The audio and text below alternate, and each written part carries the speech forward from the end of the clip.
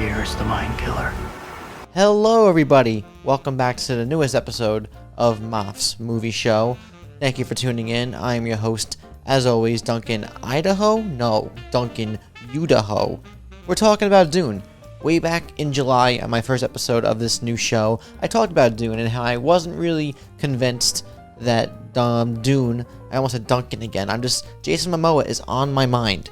Anyway, I was not convinced that Dune was going to make the numbers that it needed for Warner Brothers, and I just wasn't convinced by the hoopla of Dune. I have seen very different types of criticisms and praises on both sides here. I have close friends that either said it was trash or said they weren't sure yet, or some people who just really liked it and really came into it, and it seems that I was wrong. My lack of confidence in this movie internally was wrong, and I'm eating a little bit of crow because this movie is projected to make over $40 million for the box office this weekend for regular theater box office numbers, not including whatever clicks it's going to get from HBO Max. So same day and date release, what HBO Max has been doing for all of 2021, it's working out here, and we don't know how much it's going to make overall yet, at least as of when I'm making and releasing this video, but overall worldwide it's made $220 million. It is the most successful Warner Brothers movie since The Joker pre-pandemic in what I believe was October of 2019, and it's also the highest box office number for the weekend, for opening weekend, for Denis Villeneuve movies, which is pretty cool, and I am glad and pleasantly surprised that people are connecting with this movie so much, and the word of mouth seems to be spreading. And there was apparently, between a Friday and Saturday numbers, there was only a 22% drop-off, which is pretty impressive for opening weekend numbers. And this movie's over 2.5 hours long, which also, that decreases the amount of theaters that the movie plays in on a daily basis. So makes it even more impressive to me. It's also a very dense and crazy movie when it comes to lore, and it seems that from people that I follow, that they condensed a lot of the rich lore into this 2.5 hour movie, which is really essentially a half or 2/3 of Frank Herbert's novel. So if we get part 2 in God knows when, it's going to be, I guess, the second half of that novel. So I think I like the idea of Dune. I'm still processing even now how I felt about this particular movie, but I think it's going to help whenever part 2 comes out to really solidify how I feel about this. The evolving of my opinion of Dune Part 1 is going to change a lot over time. But right now, I give it a thumbs up. But still, I am eating crow because I really wasn't expecting audiences to connect with this. Apparently, the audience score for this movie, on top of the great critical score, is also high. People are going into this movie and really liking it, despite what I've been seeing from my personal group of friends, which seems to be all over the place. So we will see what happens with the development of Dune Part 2 if we get that announcement literally today or sometime this week to help push box office numbers further, that, if you're going to see this movie, well, now we're going to get a part 2. Don't know when, but you're going to be rewarded for going out in droves to watch this movie with another one, because Warner Brothers they were and still are seemingly completely invested in Denis Villeneuve's vision, and they know they have something crazy, cool, and epic on their hands because they've been screening this movie for months, and the word of mouth has been increasing from festivals for months. And it paid off. So I congratulate Denis Villeneuve, cast and crew, and Warner Brothers for a successful moment, and we'll see what happens from there. But what I really wanted to talk about right now, even though it doesn't come out for a couple weeks, I just want to touch on Marvel, the MCU. We have The Eternals releasing on November 5th, the first week of November, and it's getting mixed results, apparently, with critical reception. Reviews came out as I'm putting out this episode yesterday, and some people are really loving it, and some people are saying it's a really big disappointment, and it's different. Chloe Zhao directed it, and if you've seen Chloe Zhao's films, like The Rider or Nomadland, I have not seen The Rider yet, but Nomadland had a very specific style. It's very methodical and slowly paced in the way where you really sinks into these characters along this Frances McDormand's journey. So I would expect something similar with The Eternals. Now, I haven't watched any reviews, and I don't know the details. I'm trying to go into this clean and blind, as blind as possible. But MCU fans on Twitter, and I'm trying not to give into the Twitter discourse because it's very easy to get lost in the downward spiral and go crazy and think that what happens on Twitter is real life. Social media is a big contribution to the world these days. The Deadpool movie wouldn't have happened without social media.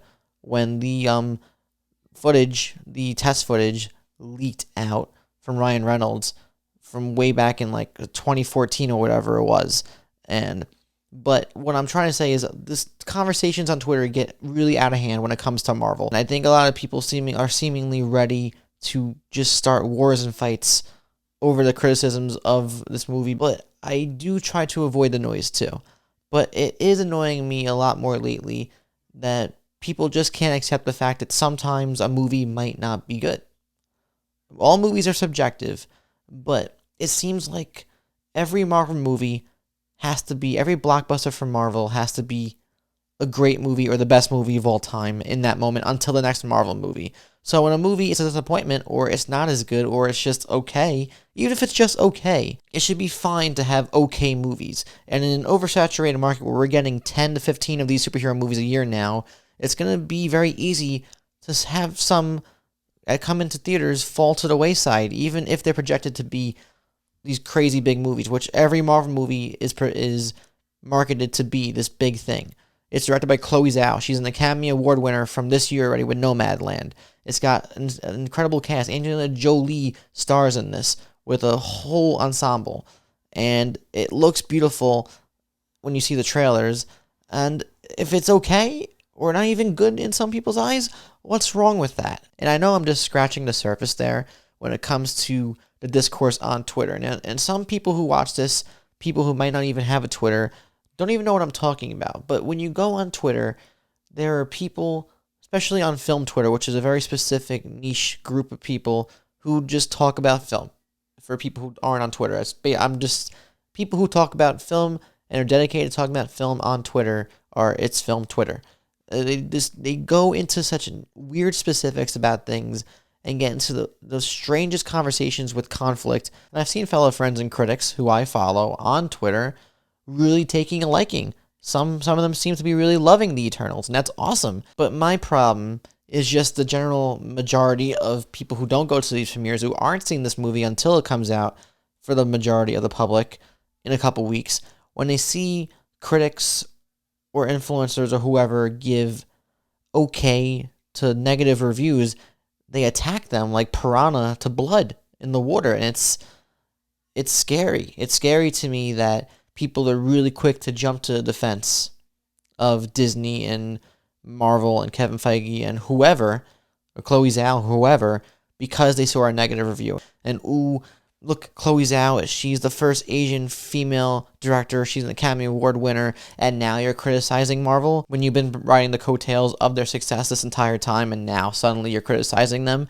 It's just ridiculous bullshit. People like to take anything you say and exaggerate it and expand it and make it something it's not. But I also understand what I'm about to say is somewhat of a projection, and it's just an assumption that I make in my mind sometimes. And lastly, I also deal with this internally with myself when it comes to certain characters and properties and blockbusters, especially ones that I love like Star Wars, where I have to be real with myself and say to myself when I'm talking about and reviewing movies, like, do you genuinely feel this way, or are you just saying this because you're drinking the Kool-Aid? And I think sometimes a lot of people who talk about movies or talk about music or whatever are drinking the Kool-Aid of whoever or whatever they really genuinely enjoy. And again, if they genuinely enjoy what they're watching, that's awesome to me. But I think sometimes it's really easy, especially with Marvel movies, to like drink the Kool-Aid and put things out there that might look genuine on the surface, but deep in the crevices of context, those words are really kind of forming the idea that someone didn't really enjoy the movie as much as they would have liked, but they still want to give that good review because it's Star Wars or it's Marvel or whatever the hell. You know what I mean? So I'm just hoping when Eternals comes out in a couple weeks that if the movie isn't good and the majority of people don't like the Eternals, then we could just be real about this. But I'm afraid that the discourse is gonna run rampant again, and if most people don't seem to really connect with the Eternals, which I think it's gonna be like it's gonna be kind of mixed where you have people who do and people who don't, like with any movie, but it's gonna be like this weird dumb online war that lasts for like a couple weeks, where people feel like they have to come to the defense of Marvel. I'm driving myself a little insane. I feel like I'm just talking into a void, into a wall. But do you know like what I mean? I hope I'm not coming off like disingenuous or kind of I don't know, in a state of anger. I'm not trying because I'm not trying to come at this with a malicious intent. I'm just trying to air out thoughts that have been in my head. And I don't think I've really talked about this all too much. If you have an inkling of understanding of what I'm trying to say, I don't think it's coming out as well as I thought it would before I made this video when I did a little prep for like what I was going to talk about tonight.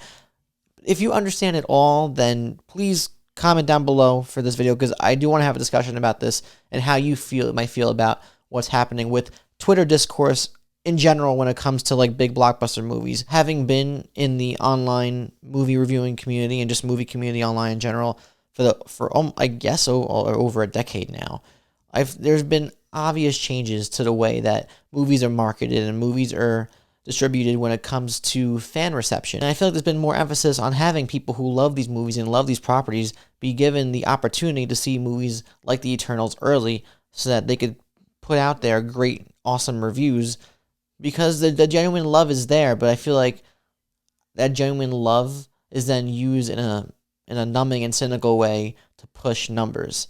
And I get it. I understand it.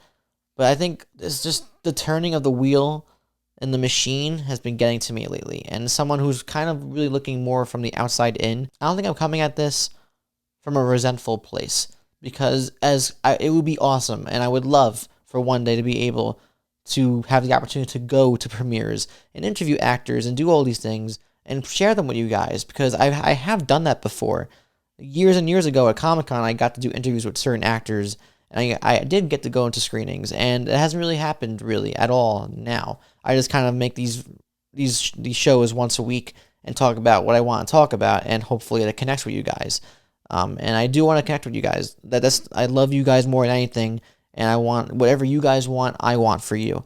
I think criticism in art is an important thing, and it helps blaze forward paths for the future when it comes to movies or music or whatever it may be. But I think criticism on social media is taking this life form that it seems that could be really scary. And not to go back to the Stan thing, but with Eminem's Stan, which that's where Stan came from, but it seems like Stans could very easily make discourse for these Marvel movies, especially as an example for today's show, guess what we've been talking about. It can make the conversation just unbearable. It's okay to not like a big blockbuster. In this regard, with Marvel movies, it's okay to think that a Marvel movie, an MCU movie, isn't good, or just think that it's fine. Especially when they release 3-4 movies a year now, which is crazy to me to think about, because I grew up during a time where you would get one of these movies like every 3 years when it comes to a Star Wars or like a big Marvel property like a Spider-Man or an X-Men. But it's okay to think that a movie isn't good. It's fine. And you shouldn't have to come to the defense of the whole machine because other people thought it wasn't good if you thought it was great. Just don't manifest something ugly and monstrous because how you felt about a movie isn't how others felt about the same movie. At the end of the day, we're just talking about moving images on a screen. But now I want to know from all you boys and gals, what did you think of Dune if you saw it in theaters? And are you excited for an eventual part 2? Seems to seem like it's already written on the writing is on the wall now. At this point, we're just waiting for an announcement, which I feel like is probably literally coming an hour or two after I post this video. And whatever I was trying to get across with my second topic with the Marvel movies and the Eternals and the MCU, do you understand what I'm trying to convey and say with my point? But yeah, if you're still hanging out, thank you for watching through. Thank you for taking time to click on my video and watch and hear what I have to say. I really appreciate it. And thank you again. If you haven't already and you stumbled upon this video and you liked what I had to say, you can subscribe. You could ring the bell so you'll be notified every time I make a new video. You can comment. You could do all that fun stuff. And then follow me on social media if you want to, because I talk about movies there as well. Thank you again for tuning in. I'll see you guys next week. And that's it. Have a good one. Stay safe. And have a happy Halloween. What are you dressing up as? I'm not saying it here yet. You'll just have to see on social media. Take care. Love y'all. Bye-bye.